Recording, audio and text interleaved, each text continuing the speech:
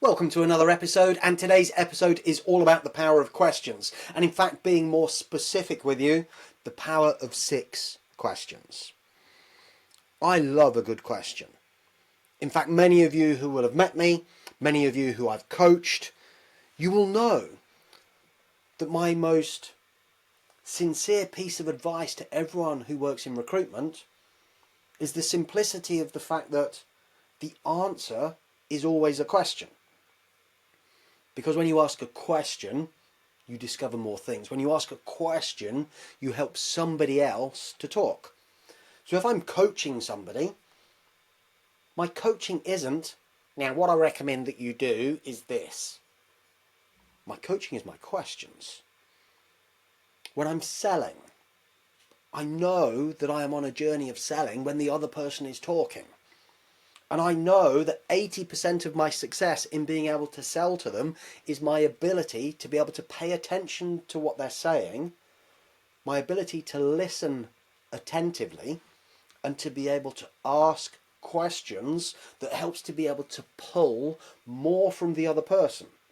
And as I pull more from the other person, it doesn't just help me, it helps them. I think one of the shallowness of recruitment is this idea that recruitment is about sales and sales is about convincing people. We're not here to convince people to do something. We're here to help people to make better decisions for themselves. That is the essence of coaching. That is the essence of selling. That is the power of questions. Like when somebody says to me in a training session, Jeremy, how do I convince a candidate to take a job? I'm not entirely sure that question is the right question. The question should be, Jeremy, how do I help a candidate to make a better decision about the job offer that I've got for them? Jeremy, how do I ask better questions to my prospects so they start to realise why perhaps they should be considering a different agency to help them with their future recruitment? Does that make sense? The quality of my questions. The quality of my questions helps to fundamentally get someone else to think about things that perhaps they weren't considering before we met. Perhaps they knew that they had a problem, but maybe they hadn't dug deep enough to find root cause. And as we dig deeper to help them to find root cause, what they thought was the problem isn't the problem at all. So the solution that they were after is no longer fit for purpose. I just think about the simplicity of a common conversation that could even become an argument with a prospect, with a client.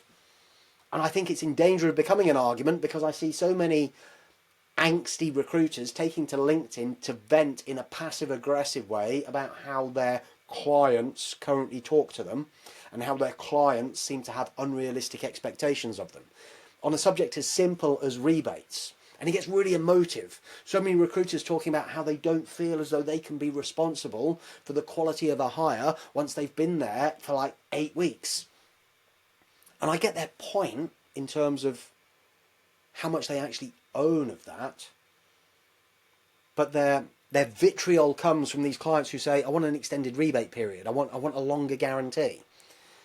And it quickly turns into a debate of recruiters talking to recruiters about the merits of different guarantee periods and the craziness of 12 months or the sanity of 6 and quack, quack, quack, quack, quack.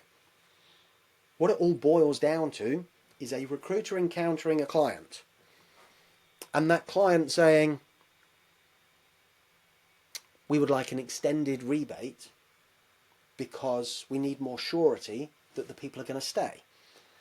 And then the recruiter starts to feel a little bit offended because they think that they're good, but they also realise that they can't own that outcome as much as the client can. And the conversation ends up being about the rebate because the client thinks that they have a problem that people don't stay.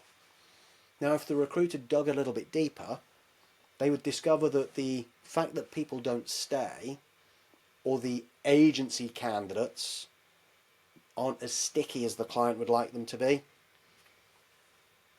that's a symptom of a problem. It isn't the problem. The client has tabled it as the problem. The recruiter has now defended their service offering as a solution to a problem that the client disagrees, because their problem is people do move on. And they just don't have a deep enough conversation about root cause. If the recruiter invested a little bit more time to understand what is the root cause of these people moving on, when you offer people jobs, how do you predict their level of stickiness? When you offer these people jobs, how do you make sure that it is delivering what they want in their career, or in their next contract role, or in their next temp assignment?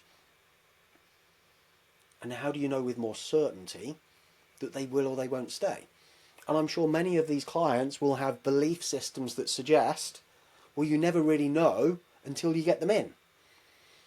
And I think that's how agencies and clients ended up inventing one of the world's worst products, which is called the temp to perm. Because both agreed, well, you never really know. So neither really got to the point of being able to understand what is the true problem that if we could find a solution to it, we could fix. So I hope everyone's with me in the way that I'm describing this, right? And that is the power of the quality of questions that you ask people to get them to think.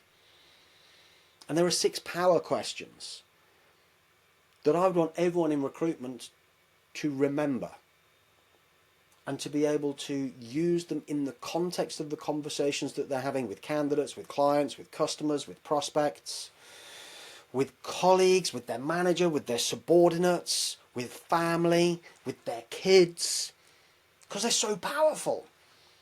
And these are the questions that help to be able to create good coaching outcomes. And if these are the questions that help to be able to create good coaching outcomes, if these are the questions that help people to be able to overcome things that intrinsically they would describe as being phobias and addictions that they have associated with certain behaviours that they don't seem to be able to stop, it can most definitely help a candidate to start to think about, am I going to take this job? Am I doing the right thing for myself? And it would certainly help a client to be able to recognise the difference between your recruitment business and other recruitment agencies. So these 6 questions, the first one is so simple, right? The first question is, what do you want? And I know that that can sound a bit pointed, but if you invest some time understanding what people want is an outcome. It's not what they need. Like if I go out shopping for a drill bit and I talk to the salesperson in B&Q, hey, I'm looking for a drill bit. Well, I need a drill bit, but what I want is to make a hole. If the salesperson focuses too much on my perceptions of the drill bit I need, I may not have the ability to define what kind of drill bit do I want. Does it need to be tungsten? Does it need to be high-speed steel? What actually am I going to be drilling into? What is the purpose of that hole? Am I hanging a picture? Am I putting up a set of shelves? So as a salesperson at B&Q, if they lean into understanding more about what do I want to make a hole. Nice, I understand why you want a drill bit. What exactly do you want to drill the hole in? What is it designed to do? How long does that need to last? What weight is that thing? So I hope even with the simplicities of recognising the difference between a drill bit and a hole, when a client says we're looking for an engineer, we need an engineer, could be the language, right? We need an engineer to join this team. Okay, what do you want them to be able to produce?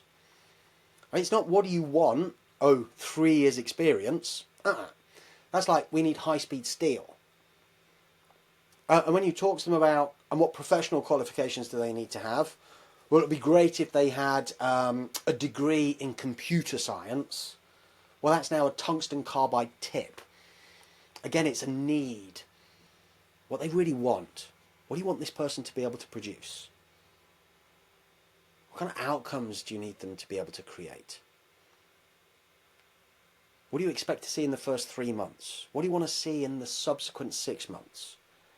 Who do you need them to become by the end of the first year? What do you need them to be by the end of their second year? How important will they be to your own succession plan? Right? These questions all spin out from the simple question of what do you want? And that requires the person who is asking the question to recognise fundamentally the difference between what they want and what they need. And they may have decided we need an engineer with 3 years experience who has a degree in computer science, who has a thorough understanding of Java and needs to be able to demonstrate using Java in a financial services environment.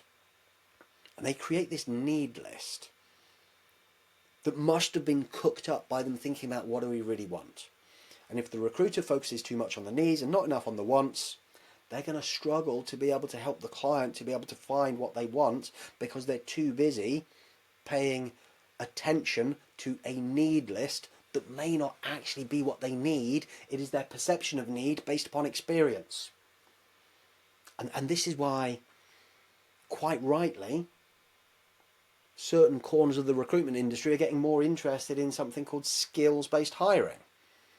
Because we move away from biographies, we move away from the assumptions that someone's experience has created, and we start to look for people who have a specific set of skills designed to generate a specific outcome. And then people stick around for longer, right? What do you want is the beginning of helping clients to have people join them who stay for longer. Second question, how important is that to you? How important is that outcome? You say you want to hire an engineer who can produce this outcome. How important is that to you? What does that give you? When you find out how important it is, and they say that it's really important to us, Jeremy, really important, at my core, that is important. We now have a driver that may help us to remind them of the reasons that they are looking to do this, the level of importance that is associated with it, so therefore the requirement to move at speed, to make better decisions, to be less insistent that we need to see another candidate. May I remind you as to what it is that you truly want and why that is so important to you. So as a coach, we can hold them accountable to what they wanted and why it's important to them. If we then ask them, what do you feel could stop you? Question number 3, what could stop you? What do you want? How important is that to you? What could stop you? And the earlier we can identify barriers that could stop them from being able to achieve what they want, the better we get at being able to navigate the barriers before we crash into them. And they may not have thought about the things that could stop them. And as they put some thought into what could actually stop them from being able to do this, their unconscious may start to send them messages about things that they hadn't truly considered. And we know that we're asking good questions because they will often sit back in their chair and say, that's a really good question. This could stop us. This could stop. I guess if we don't find the right person, I guess if we can't get confident in their ability to be able to do things, that could end up being a barrier. So if we're clear on what they want, and they're clear that they have explained what they want to be able to achieve, if we've spoken about how important it is and we've started to get some inertia on its importance, we've looked at what could stop them. We could be talking to a client, we could be talking to a candidate about their career trajectory, we could be talking to a contractor about their desire to retire in 10 years' time, having made a boatload of cash from contracting.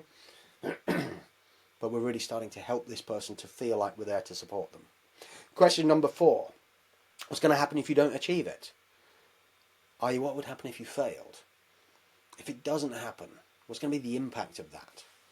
And we start to look at consequence. And as we start to look at consequence, we've got all of the positives.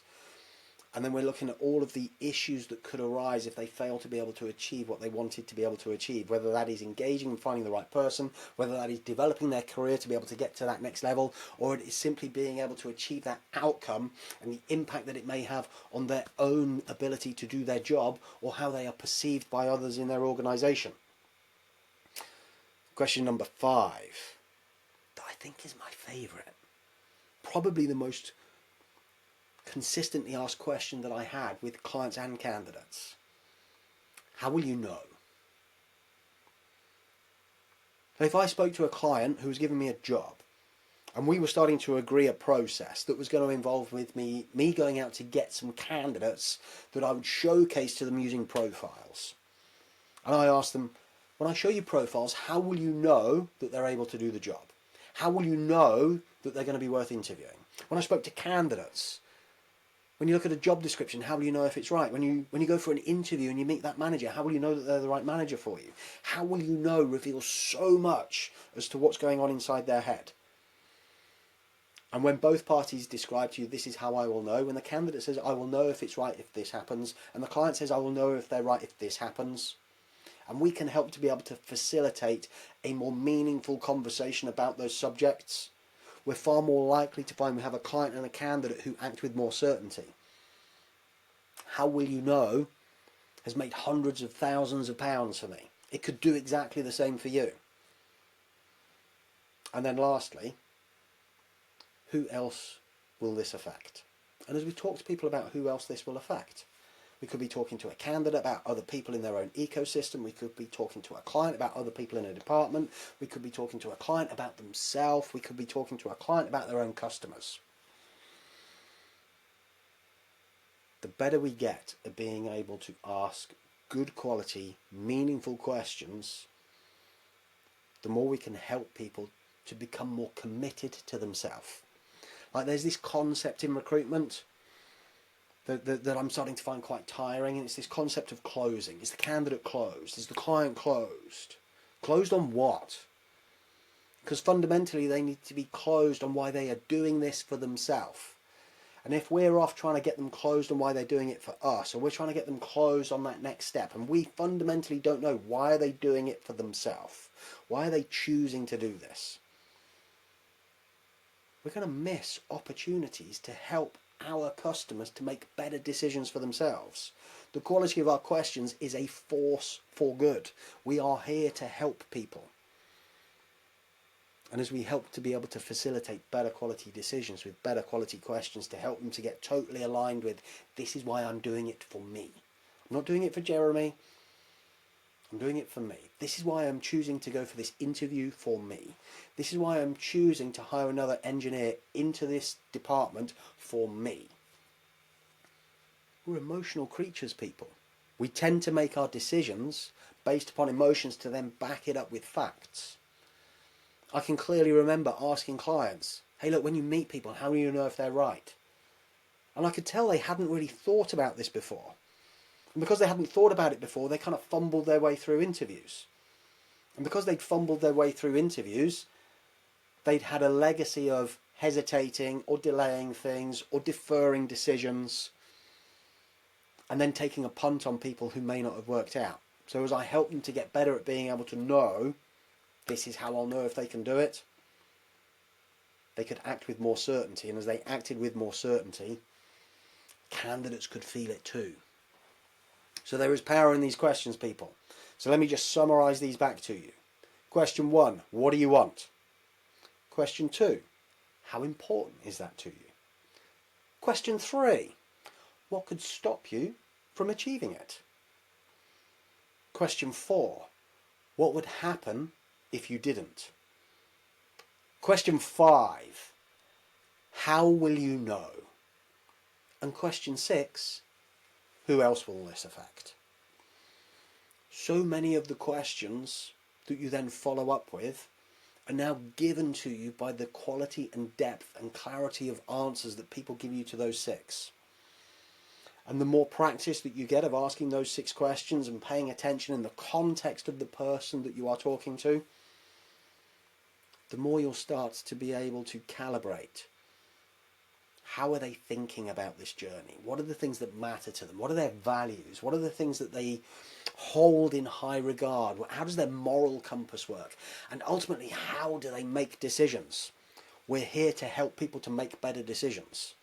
And if you don't know how they make decisions, full stop, it's very difficult to be able to influence those things. And all of our influence comes from our questions, and it comes from our listening, and it comes from how well we pay attention. So whatever you take away from this, have a go over the course of the next week at asking these 6 questions in the context of different relationships at different levels, whether that is existing customers, brand new clients, prospects, candidates in process, passive candidates, active candidates, colleagues, and pay attention to how people showcase, this is how I think, this is what matters. And as you start to see more and more of that, you can guide them to better quality decisions for themselves. So have fun with it. Let me know your thoughts. And if you have any feedback, if you have any anecdotes of successes with it, I'm so here to hear it. Have a good week.